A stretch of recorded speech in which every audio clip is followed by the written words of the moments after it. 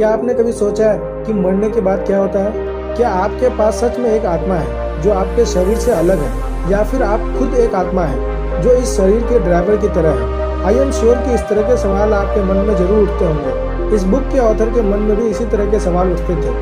आज की book summary है spook science tackle the after life, जिसे लिखा है मैरी रोच ने। इस समरी में पुनर्जन्म यानी दोबारा जन्म होना, मौत के साथ आमना सामना, भूतों का दिखना और मरे हुए लोगों के साथ बातचीत करने के बारे में बताया गया है। वैसे आप किस पर यकीन करेंगे, साइंस पर या सुपरनेचुरल एक्टिविटी पर? आज की इस बुक समरी को सुनने के बाद आपको समझ आएगा किस पर यकीन करना चाहिए। तो चलिए शुरू करते हैं आज की समरी स्पूक। धर्म हमें इंसान की आत्मा और मौत के बाद की ज़िंदगी के बारे में बहुत सी चीज़ें बताता है। ये हमें बताता है कि हम मरने के बाद स्वर्ग या नर्क जा सकते हैं। कुछ धर्म का मानना है कि वह जानवर के रूप में दोबारा जन्म लेते हैं। धर्म कभी भी हमें मौत के बाद की ज़िंदगी के बारे में साफ साफ नहीं बता सकता। ऐसा इसलिए क्योंकि सच तो सिर्फ एक ही हो सकता है, जबकि अलग अलग धर्म अलग अलग बातों में विश्वास करते हैं और कोई भी धर्म यह साबित नहीं कर सकता कि वह सही है। तो हमें किस पर यकीन करना चाहिए? क्या हमें मान लेना चाहिए कि किसी एक ही धर्म के फॉलोवर्स को मौत के बाद अच्छी ज़िंदगी मिल सकती है? इस मामले में हमारी उम्मीद का एक लौता जरिया है साइंस। साइंस हमें ऐसा जवाब देता है जिसे टेस्ट और साबित किया जा सकता है। यह समरी इंसान की आत्मा खोजने के लिए किए गए साइंटिफिक एक्सपेरिमेंट को डिस्कस करती है। आप पुराने समय में इंसान के शरीर को स्टडी करके आत्मा को डिस्कवर करने की कोशिशों के बारे में जानेंगे। साइंटिस्ट द्वारा आत्मा का वजन और रूप रंग का पता लगाने वाले कोशिशों के बारे में जानेंगे। कुछ रिसर्चर्स ने आत्माओं से बात करने की कोशिश की। उन्होंने उन बच्चों को स्टडी किया जिन्हें अपनी पिछली ज़िंदगी याद थी। दूसरे रिसर्चर्स ने मीडियम के ज़रिए मरे हुए लोगों से कांटेक्ट करने की कोशिश की। आप उन तरीक़ों के बारे में जानेंगे जिसका इस्तेमाल हमारे आसपास भूत को डिटेक्ट करने के लिए किया जाता है। कई साइंटिस्ट का मानना है कि आत्मा साउंड वेव्स के ज़रिए कम्युनिकेट करती है और कुछ का मानना है कि इलेक्ट्रोमैग्नेटिक वेव्स इसका ज़्यादा अच्छा एक्सप्लेनेशन देती है। आखिर सच्चाई क्या है, चलिए पता लगाते हैं इस बुक के ज़रिए। पहला चैप्टर है यू अगेन। पुनर्जन्म के मामले में आपकी क्या सोच है? लैन स्टीवेंसन ऐसे 800 लोगों के केस इन्वेस्टिगेट कर रहे थे जिनका मानना था कि पुनर्जन्म होता है। डॉक्टर रावत और लैन स्टीवेंसन जैसे लोग पुनर्जन्म के केस को स्टडी करने के लिए दुनिया भर में ट्रैवल करते हैं। वे ऐसे कई बच्चों से बात करते हैं जिनको अपना पिछला जन्म याद होता है, पर उन्हें कोई ऐसी चीज़ नहीं मिलती जिससे कि ये साबित हो सके कि वाकई में पुनर्जन्म होता है। आमतौर पर रिसर्चर्स को कई लोग झूठी कहानियाँ भी सुनाते हैं। डॉक्टर रावत ने लोगों के पुनर्जन्म के बारे में झूठ बोलने के कुछ कारण बताए हैं। पहला कारण है फाइनेंशियल फ़ायदे। लोग किसी अमीर घर का मेंबर होने का दावा करते हैं। वह उम्मीद करते हैं कि वह परिवार उनकी कहानी पर यकीन कर लेगा और उन्हें कुछ पैसे देगा। दूसरा कारण है अटेंशन पाना। डॉक्टर रावत ऐसे 6 बच्चों से मिले थे जिन्होंने जवाहरलाल नेहरू का पुनर्जन्म होने का दावा किया था। आमतौर पर भारत जैसे देशों में इस तरह के केस उतने विश्वास करने लायक नहीं होते। ऐसा इसलिए क्योंकि भारत का कल्चर पुनर्जन्म को सपोर्ट करता है। वेस्टर्न देशों के कल्चर में आत्माएं स्वर्ग में चली जाती है। वे पुनर्जन्म पर विश्वास नहीं करते, इसलिए वेस्टर्न देश पुनर्जन्म के बेहतर सबूत देते हैं। डॉक्टर रावत ने इन सब केसेस के सभी फैक्ट्स को रिव्यू किया। उनकी राय में इनमें से कोई भी पुनर्जन्म का ठोस मामला नहीं था। नेक्स्ट चैप्टर है the little man inside the sperm. पुनर्जन्म की स्टडी साइंटिफिकली यह साबित नहीं कर पाई है कि इंसान की आत्मा कहाँ होती है। सालों से लोग इंसान के शरीर में आत्मा को खोजने की कोशिश कर रहे हैं। ग्रीक फिलोसोफर एरिस्टोटल का मानना था कि इंसान की आत्मा आदमी के स्पर्म में होती है। यह स्पर्म आत्मा का बेसिक फॉर्म है। एरिस्टोटल के हिसाब से औरतों का रोल इन छोटी आत्माओं को खिलाना और पोषण देना होता है। साइंटिस्ट एंटोनी वॉन लीवेनहॉक ने माइक्रोस्कोप के नीचे स्पर्म की स्टडी की। उन्होंने देखा कि स्पर्म मूव कर सकते हैं, तो उन्होंने नतीजा निकाला कि आत्मा स्पर्म में होती है। साइंटिस्ट विलियम हार्वे का मानना था कि औरतों के शरीर में बनने वाला ओवा या एग सेल के अंदर इंसान की आत्मा होती है। 1875 में ऑस्कर हर्टविग नाम के एक साइंटिस्ट ने अपने माइक्रोस्कोप के नीचे सी अर्चिन के स्पर्म और ओवा को एक होते हुए देखा। उन्होंने दिखाया कि आत्मा ना स्पर्म में होती है और न ही ओवा में, शायद यह खुद भी फ्यूज़न के द्वारा बनती है। अलग अलग साइंटिस्ट ने अपने रिसर्च के अनुसार आत्मा के बारे में अलग अलग बातें कही। डिकार्टेस के अनुसार आत्मा पीनियल ग्लैंड में होती है।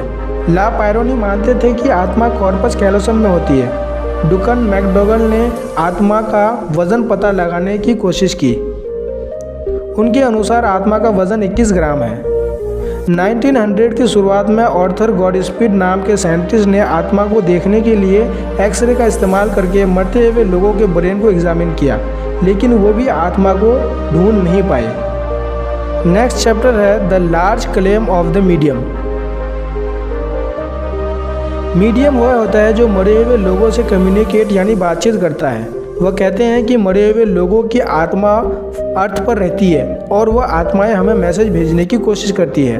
अगर हम यह साबित कर सके कि मीडियम झूठ नहीं बोल रहे हैं तो इसका मतलब होगा कि इंसान की आत्मा होती है और यह हमें मौत के बाद की ज़िंदगी की सच्चाई डिस्कवर करने में भी मदद कर सकती है।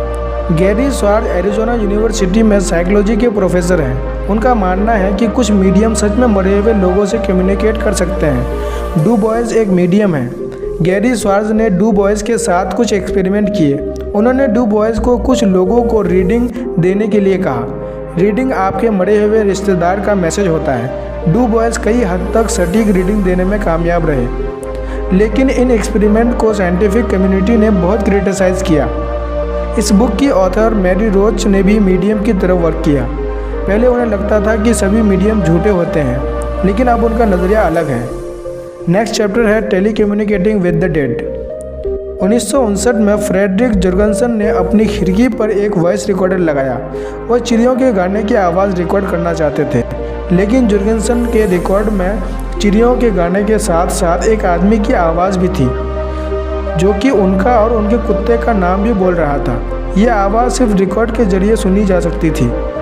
इस फिनोमेना को इलेक्ट्रिक वॉइस फिनोमेना या ईवीपी कहते हैं। कुछ लोगों ने ईवीपी को रेडियो ट्रांसमिशन कहकर क्रिटिसाइज़ किया। ईवीपी को साबित करने के लिए एलिस ने एक एक्सपेरिमेंट किया और एक आवाज़ सुना जो कहता था कि वह उन्हें उस रात फॉलो करेगी। यह आवाज़ असल में लेट नाइट रेडियो ब्रॉडकास्ट की थी। इन स्टडीज़ के बेसिस पर एलिस ने यह तय किया कि ईवीपी कोई असली घटना नहीं है। ज़्यादातर समय यह बस लोगों का रेडियो ट्रांसमिशन को गलत सुनने के कारण होता है। नेक्स्ट चैप्टर है इनसाइड द हंट बॉक्स।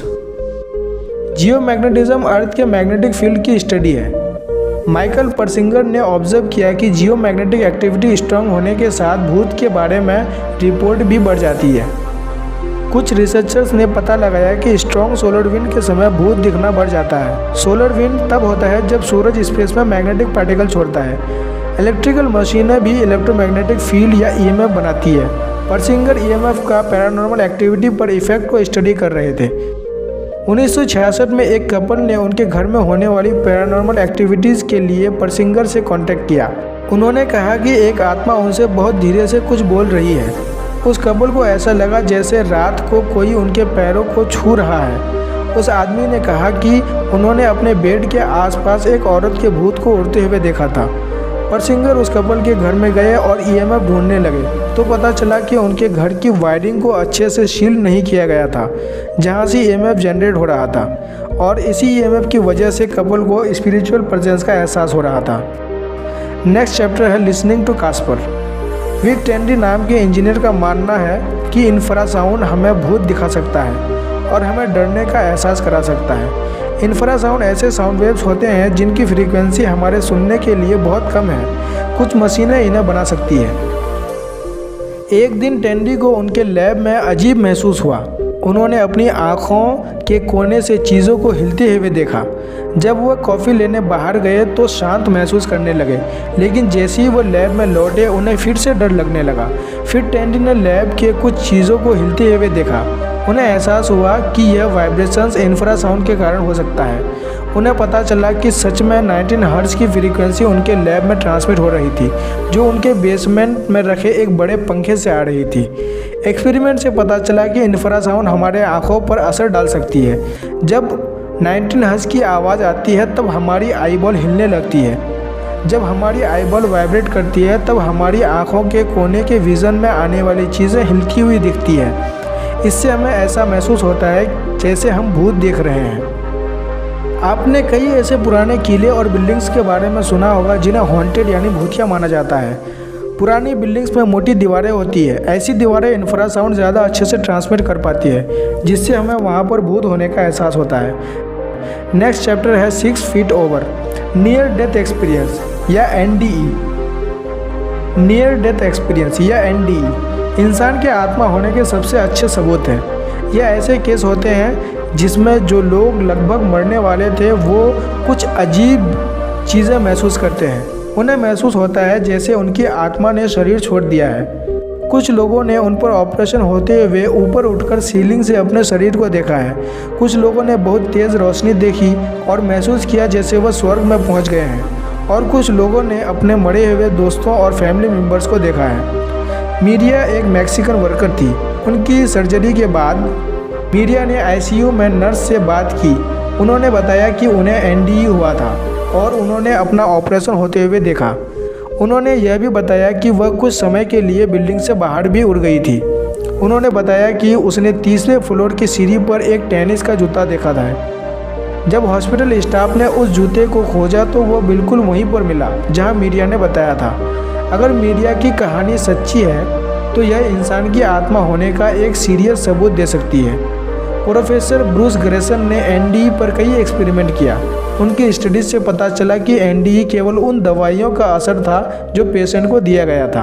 अब चलते हैं कंक्लूजन की तरफ, यानी कि आज आपने क्या क्या सीखा। सबसे पहले आपने पुनर्जन्म पर की गई स्टडीज़ के बारे में जाना। दूसरा, आपने सीखा कि कैसे पहले के लोगों ने आत्मा को ढूंढने की कोशिश की थी। तीसरा, आपने मीडियम स्टडीज़ के बारे में समझा। चौथा, आपने इलेक्ट्रॉनिक वॉइस फिनोमेना या EVP के बारे में सीखा। पांचवा, आपने पैरानॉर्मल एक्टिविटी और इलेक्ट्रोमैग्नेटिक फील्ड या EMF के बीच में कनेक्शन को समझा। छठा, आपने सीखा कि कैसे इंफ्रासाउंड हमें भूत दिखा सकते हैं। सातवां और आखिरी लेसन, आपने नियर डेथ एक्सपीरियंस यानी NDA के बारे में सीखा। इस पूरी समरी में आपने आत्मा को खोजने की कोशिशों के कई एग्जाम्पल्स देखे। साइंस के पास अभी भी मौत के बाद की ज़िंदगी को लेकर कोई फाइनल जवाब नहीं है, लेकिन इससे यह ज़रूर पता चलता है कि दुनिया में कई ऐसी चीज़ें हैं जिसे हम एक्सप्लेन नहीं कर सकते, और शायद कोई ठोस जवाब ना होने के कारण ही हम सुपरनेचुरल एक्टिविटी पर कुछ यकीन करते हैं। इसी के साथ ये समरी यहाँ पर समाप्त होती है। ये समरी आपको कैसी लगी कमेंट में ज़रूर लिखिएगा। फिर मिलते हैं एक और वीडियो में एक और पावरफुल समरी के साथ। तब तक के लिए धन्यवाद।